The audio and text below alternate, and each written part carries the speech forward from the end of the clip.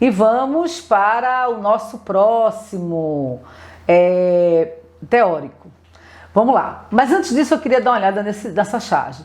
Gente, esse é o João Pedro, mais um de nós, o racismo e o Estado. Na realidade, o nosso próximo teórico, Achille Mbembe, ele vai falar exatamente sobre um conceito chamado necropolítica. E esse conceito de necropolítica ele é importante para a gente entender uma política de morte perpetuada pelo Estado. A gente vai entender a partir do momento em que você observar que o Estado decide quais corpos devem viver, quais os que devem morrer e como devem morrer. É interessante, como devem viver. Esse tipo de escolha, e é interessante entender que o racismo ele é o ponto de partida para essas decisões, vai existir basicamente nas sociedades colonizadas. A gente vai falar de tudo isso quando eu falar especificamente do autor. E essa charge ela é bem pesada no sentido de que João Pedro, a gente sabe que recentemente, né, foi assassinado, o que se pressupõe ao discurso aí do homicídio.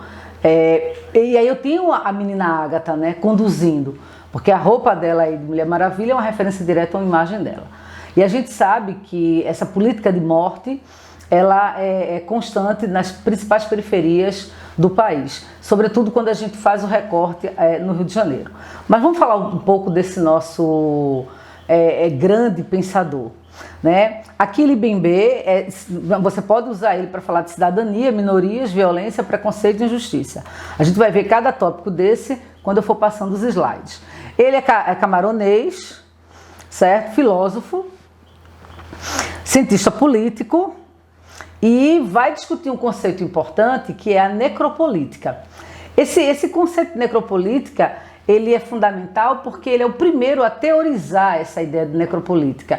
E ele entrou com muita força aqui no Brasil. Os movimentos sociais se utilizam muito do conceito dele. É exatamente porque essa teorização dá uma dimensão do que seria isso. Lembrando que esse trabalho dele está mais uma vez voltado para aquilo que a gente chama de local de fala. Aí eu queria trazer aqui para vocês uma coisa importante, que é Michel Foucault. Eu não posso entender a questão da necropolítica se eu não entender Michel Foucault. E aí a gente vai falar aqui da questão do biopoder, certo? Quando eu falo a questão do biopoder, eu estou falando de que se eu entender Michel Foucault, eu vou entender Mbembe. Por que eu falo isso? Porque esse discurso da biopolítica ou do biopoder está atrelado a um pensamento de Foucault quando ele diz que o mesmo século que nos trouxe as luzes, ele faz uma referência do iluminismo, ele também nos trouxe a prisão. O século que propala a ideia de liberdade também é o espaço, o tempo, né, sobretudo o tempo, eu estou falando do tempo aqui, que vai consolidar uma estrutura que ele chama de prisão. E aí ele vai dizer que aí na discussão dos poderes, falar dessas relações de poder é fundamental por parte de Michel Foucault. Ele vai falar que o poder não emana necessariamente do Estado para o indivíduo, mas o poder ele existe em todos os espaços. Entendendo essas relações de poder em todos os espaços e ampliando essa noção do poder atrelado a esse biopoder, né, exercido pelo Estado em relação aos cidadãos, aos corpos, a gente vai perceber que Michel Foucault ele fala de um certo economia do poder, é importante, ou economia dos corpos, pautado sempre na vigilância. Uma das obras mais importantes é Vigiar e Punir, e o controle do Estado. Só que ele vai dizer que quando Foucault ele fala desse controle, esse controle está intimamente atrelado a uma modalidade em que há como é que eu posso dizer, a disciplina, eu vou usar a expressão disciplina, porque ele usa muito a questão da disciplina dos corpos e atrela isso à ideia de corpos dóceis e indóceis. O exercício de um tempo e de um espaço específico na realidade, num determinado corpo. E ele vai chamar as instituições de sequestro como instituições necessárias para que isso aconteça. E por que o corpo? Porque o corpo é uma realidade biopolítica. Mais do que tudo, o corpo é uma atitude política. Então esse domínio sobre o corpo, essa disciplina do corpo, ela de certa forma, ela funciona como um meio regulador para que o Estado exerça o seu poder. E aí ele vai falar da questão das instituições de sequestro, trabalhando a questão da escola, da fábrica, do manicômio. Ele vai falar, quer ver uma coisa importante que ele fala? A prisão. Falar da prisão é falar de Michel Foucault. E como é que esse biopoder ele é exercido, Tereza? A partir do momento, vou pegar a fábrica aqui como exemplo, tá, gente? Você pega aquele filme Charlie Chaplin. Existe ali um tempo atuando sobre o trabalhador e um espaço. E uma movimentação, que ele fica ali o tempo todinho folgando, apertando o parafuso. A partir do momento que eu tenho essa reprodução desse trabalho, eu tenho esse corpo socializado, eu tenho esse corpo que não é um corpo rebelde, metaforicamente falando, já que essa questão do exercício do poder por meio do corpo, ele é muito forte. E aí só que Bembe vai perceber que Foucault, quando planejou esse discurso, quando ele fez esse discurso, ele não viveu a época da pós-modernidade. É interessante quando ele coloca isso em questão. Ele não teve a dimensão, apesar dele ser um visionário, Foucault, em muitos momentos. É importante a gente dizer isso. Mas ele não conseguiu ter a dimensão daquilo que existiria posteriormente. Então ele vai ampliar o conceito de Foucault. Ele vai dizer, aquele Bembe, que não é somente uma questão necessariamente da vigilância, mas antes de mais nada de um poder de morte que se coloca, que o Estado ele impõe a determinados corpos, a determinados grupos. São vidas que não valem a pena, ou a precarização dessas vidas, aí a precarização dentro do sentido de Judith Butler mesmo, como ela coloca, essa precarização que ela é fundamental para que haja um extermínio da população. E quando eu falo da população, eu estou falando da população basicamente de minorias. Lembrando que, no caso, Achille Bembe, ele vai dizer que o fio condutor dessa decisão se dá por meio do racismo. Isso ele é bem emblemático quando ele fala isso. E ele vai falar de países que são colonizados e países... quando eu digo colonizados, eu queria que vocês entendessem tanto a ideia do país colonizado desde os 1500 até o neocolonialismo. Eu quero que você trabalhe essas duas ideias, tá certo? Porque são esses países aqueles que mais sofrem esse processo. E por que eles sofrem esse processo? Porque não se pode pensar numa democracia efetiva nesses países. Isso é uma coisa que ele coloca de forma muito pontual. Porque a gente, quando usa muito a expressão democracia, a gente esquece de adjetivar a democracia. Eu estou falando isso porque necessariamente viver num Estado democrático quer dizer que eu viva uma realidade democrática. São coisas distintas. Aqui no Brasil a gente vê isso, percebe isso claramente. A partir do momento que não existem oportunidades iguais para todos, obviamente eu tenho aí um hiato naquilo que chamamos de democracia. E Bembe ele vai falar exatamente sobre isso. Ele vai mostrar que esses tipos de democracia, que a gente pode até chamar de democracias tardias, que vai existir nesses países, tá? Na realidade, ele não compõe, do ponto de vista político, do ponto de vista social e até cultural, uma ideia, como é que eu posso dizer, real daquilo que seria a democracia. Isso não quer dizer que a ditadura seja melhor, a questão não é essa, mas é a gente discutir, sobretudo do ponto de vista social, qual é a democracia que de fato está sendo exercida. Que democracia é essa? Porque, veja, que a gente tem que cumprir as regras do jogo, Roberto Bobbio já dizia isso, tudo bem.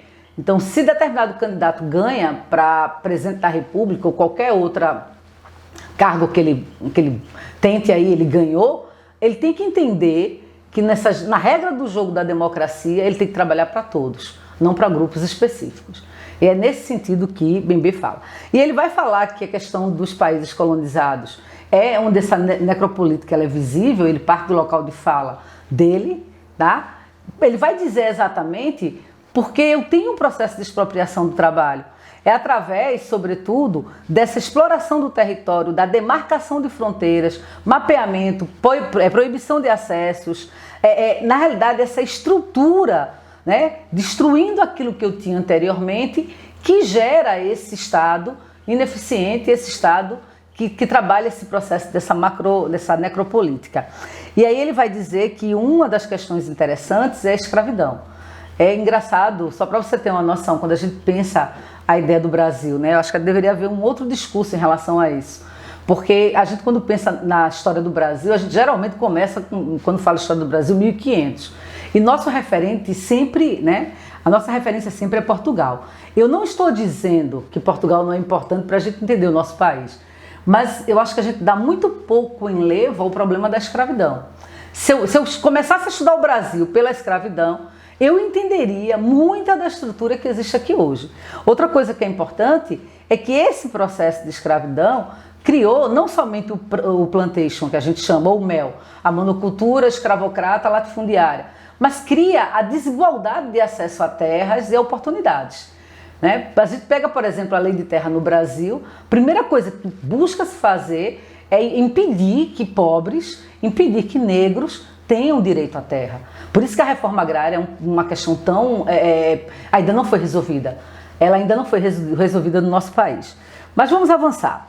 E quando eu avanço aqui, a partir do momento que eu tenho esse não acesso a políticas públicas, esse não acesso à terra, inclusive, como é que eu posso dizer a você?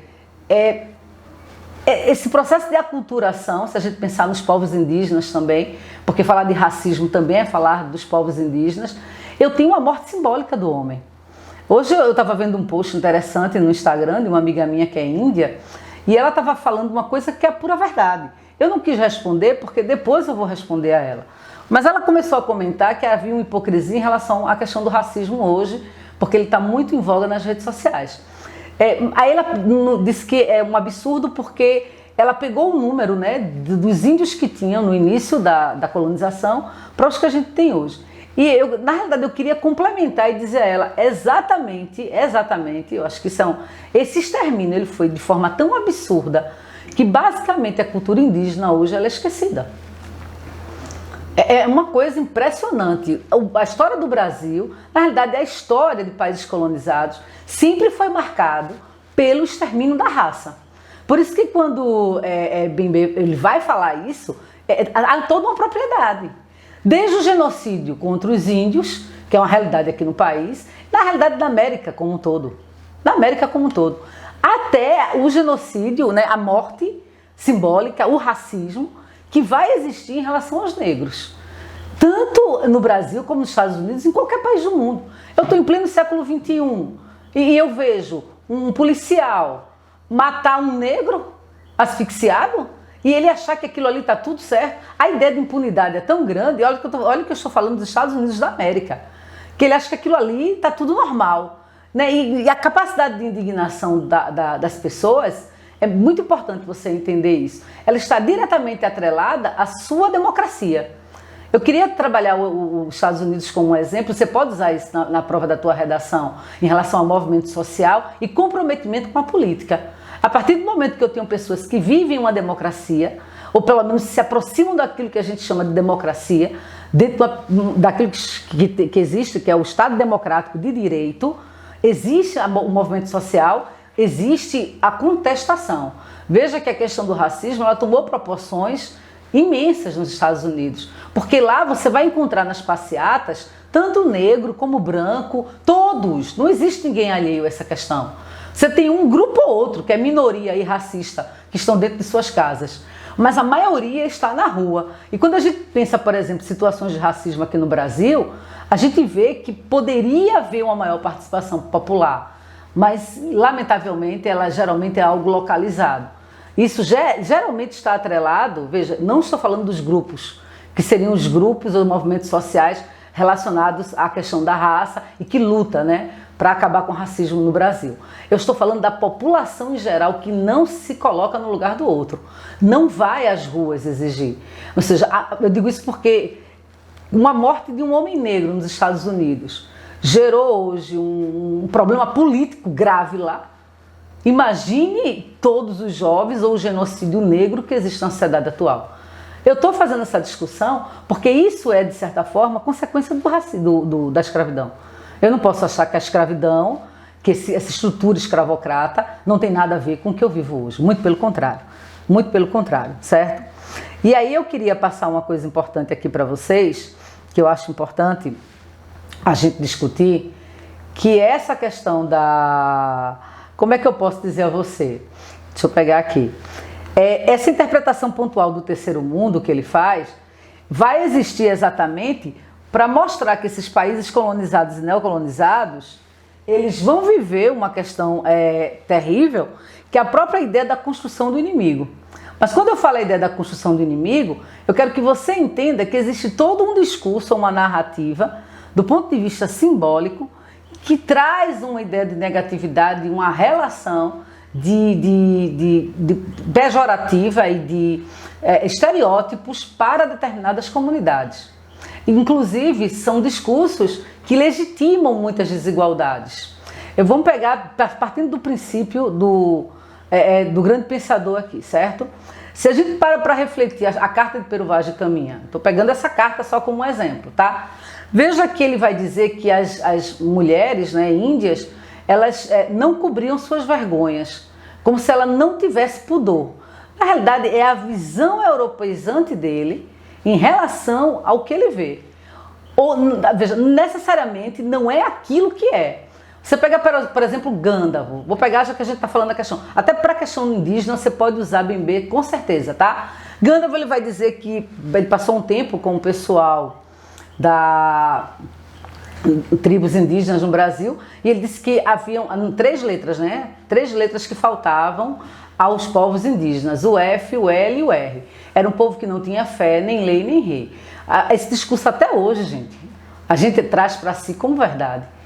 Veja, por isso que uma das soluções que Bembe vai dizer, que é exatamente a tentativa de modificar esses discursos.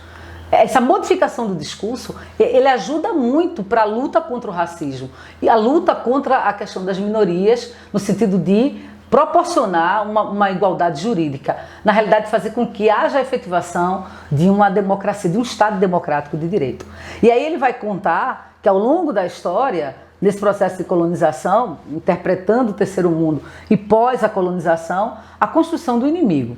E aí quando a gente pensa na questão da construção do inimigo, a gente vai pensar que eu tenho teorias cientificistas da época dizendo quem era o criminoso no Brasil, né? Essas teorias cientificistas. Eu tenho Lombroso, acho que é um dos maiores exemplos. E aí, quem é o inimigo? O inimigo necessariamente não é o negro, não, tá? Eu estou falando isso que ele é um dos, mas eu crio, o inimigo é o muçulmano, o inimigo é o negro, o inimigo é o judeu. Eu vou criando, né, estereótipos, eu vou criando rótulos para que de alguma forma eu legitime, ou pelo menos eu busque legitimar, tá, para a sociedade, vocês vão ver isso comigo já já, uma política de morte. E eu vou explicar por que essa política de morte ela vai existir. E é o direito de matar, é o jus poniendi. Até porque o direito de matar, o jus poniendi, é um direito que é tutelado pelo Estado. É uma coisa que, do ponto de vista jurídico, você tem que entender. Quando eu tenho um Estado democrático de direito, o direito ou não sobre a morte, eu estou falando em países que têm pena de morte, tá, gente? Me referindo basicamente a esses países. Está atrelada a essa estrutura burocrática que a gente chama Estado, tá? E houve não digo nem consenso, houve leis ali, né, por representantes da população que decidiram que ali deveria ter pena de morte. Mas isso aí eu estou falando de uma pena de morte institucionalizada. Na realidade, dentro de um discurso ou um aparato legal. Eu estou sendo bem sincera. Mas eu tenho outras políticas de mortes, eu tenho outras formas de matar que necessariamente não seja a cadeira elétrica, a gente vai ver. E aí eu tenho, geralmente, dentro desses países colonizados, né, eu digo colonizados, traga também para o discurso o neocolonialismo. A violência e morte como mecanismo de segurança. É como se, na realidade, sempre houve uma demanda de ordem, né? A própria população brasileira sempre trabalhou esse discurso da demanda de ordem. Eu vou dar um exemplo aqui. Se você pegar a Constituição Federal diz que o Exército, ele existe, uma das funções do Exército é promover a ordem na sociedade. Veja, eu acredito que é a única Constituição que fala do exército promovendo a ordem. Porque pressupõe, eu estou sendo muito sincera, tá? Que o exército ou esse aparato militar, ele deveria proteger as fronteiras, já que é uma questão de soberania. Né? Se eu estou falando de um Estado, né, democrático, um Estado nacionalista, a proteção das fronteiras, essa proteção ela é fundamental. Veja, eu estou só mostrando que a questão da ordem, atrelada ao poder de polícia, sempre foi uma realidade na sociedade brasileira. E aí isso vem desde o princípio da colonização. Mas vamos avançar. E aí a burocracia, porque a burocracia é uma forma de morrer, a gente vai discutir já já, quando eu falar do que seria esse processo da necropolítica. E aí, quando eu falo da burocracia, eu falo que dependendo da situação em que eu esteja, da forma como eu vivo, eu posso sim ser morta por meio de uma demora, ou então viver de forma extremamente precária. A precarização da vida está atrelada também a um processo atrelado àquilo que a gente chama de burocracia.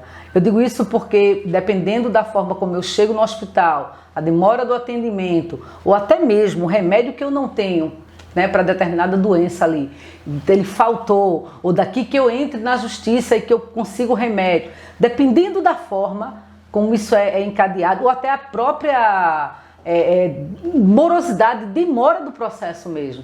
Né? E isso causa também morte. Vamos dar uma olhada nesse vídeo, por favor?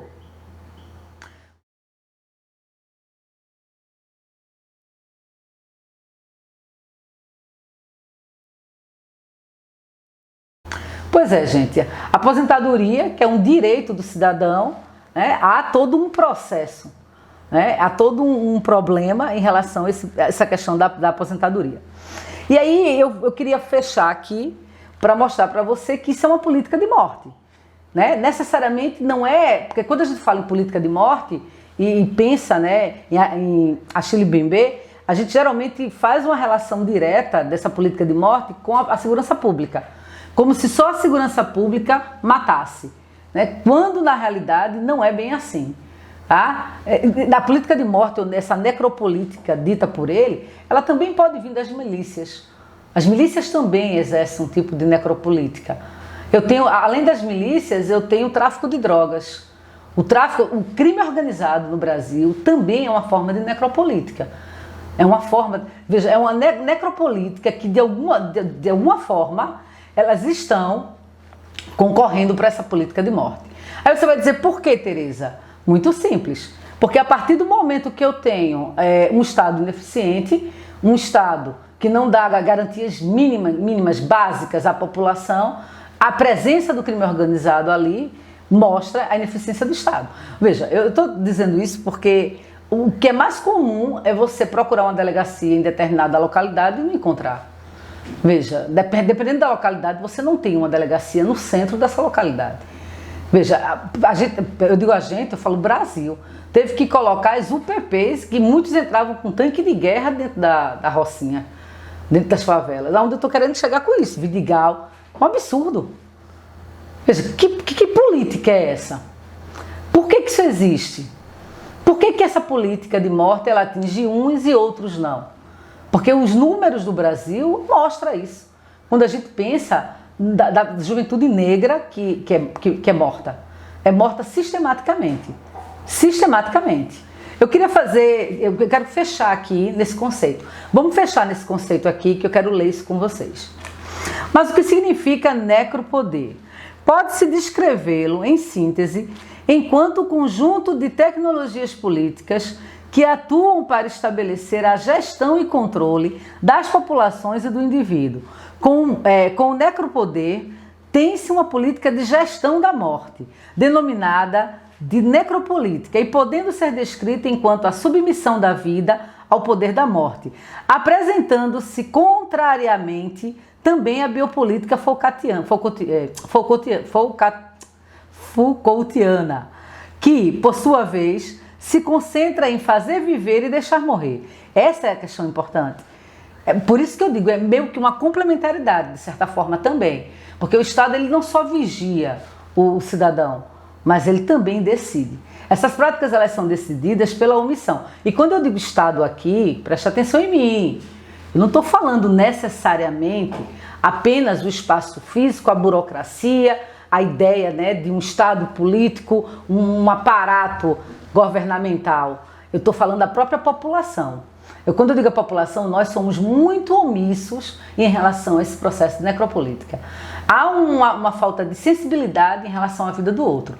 Por isso que a questão do racismo não atinge apenas o negro, ela me atinge. A partir do momento em que, quando aquela vida é morta, sem um devido inquérito, né? Sem uma resolução, inclusive desse inquérito, ou quando é morta pela própria população, a partir do momento que isso ocorre, e eu não me sensibilizo, eu não busco a justiça, como é o contrário lá dos Estados Unidos, a gente está vendo agora, eu permito que o Estado possa me matar a hora que quiser. Quando eu digo Estado, aqueles que são instituídos pelo poder do Estado. Eu estou falando aqueles que têm, né, o poder, que encarnam em si o poder do Estado. Ou então, mesmo que não seja diretamente o Estado, braços, vamos pensar assim, tá? Paralelos, vamos pensar, que de certa forma se aproveita dessa omissão. Mas aí a gente vai avançar aqui, que eu quero ver uma coisa importante com vocês.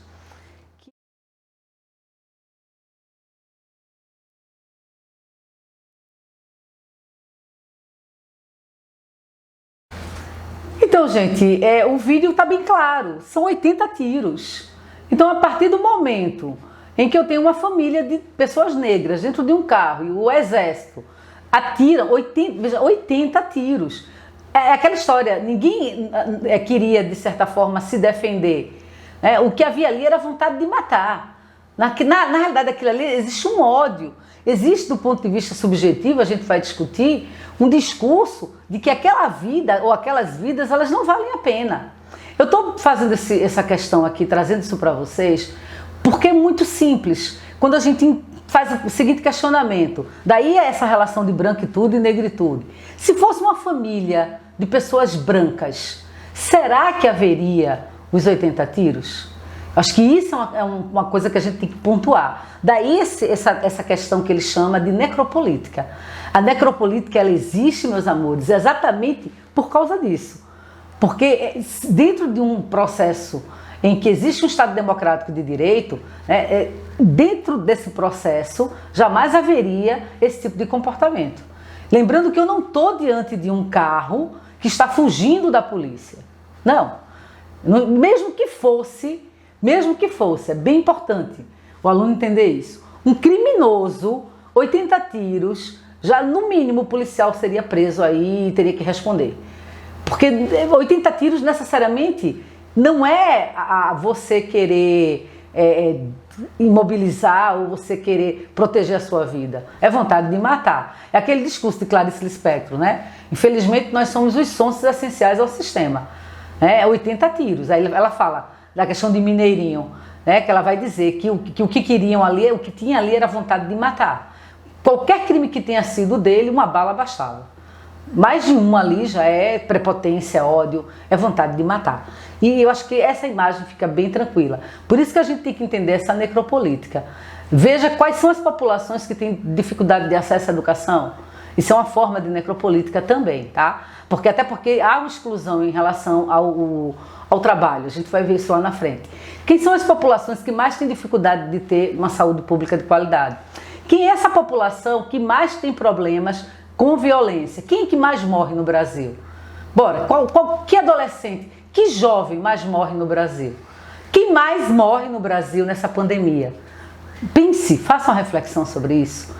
E isso está atrelado exatamente a uma democracia fragilizada, a um processo de colonização que até hoje nos chega. E uma falta de empatia, né, nesse mundo líquido, porque há também a questão da globalização.